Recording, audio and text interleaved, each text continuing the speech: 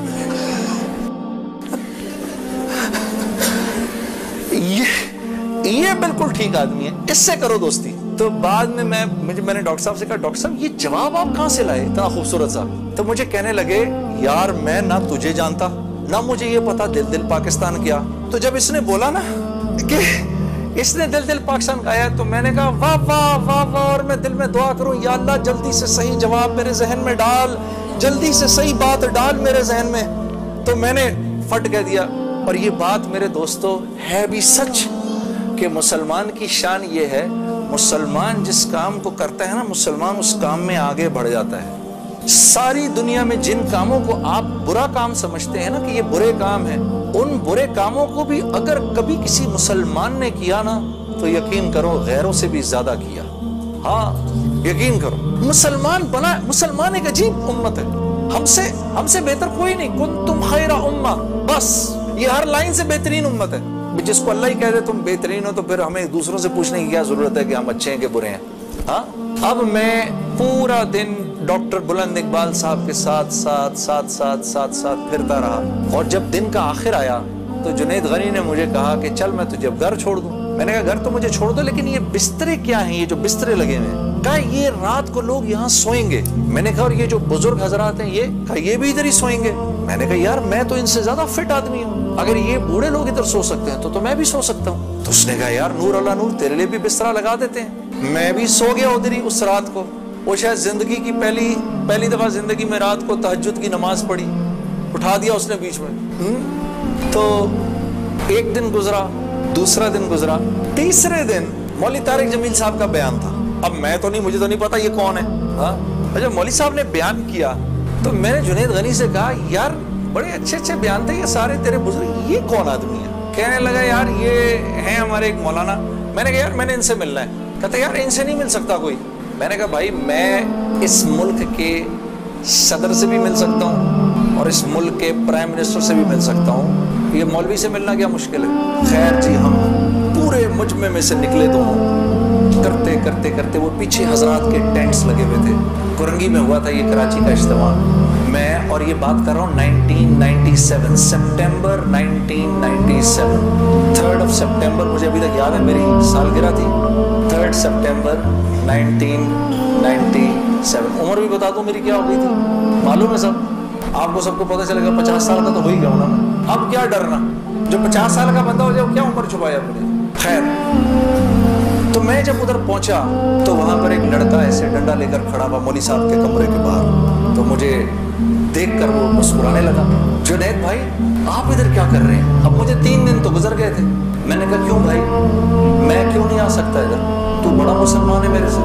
ہنسنے لگا نہیں وہ میں نہیں کہہ رہا, میں آپ کو دیکھ کے تھوڑا حیران ہو گیا, کیا کام ہے, میں آپ کا بڑا فین ہوں. میں نے کہا اچھا.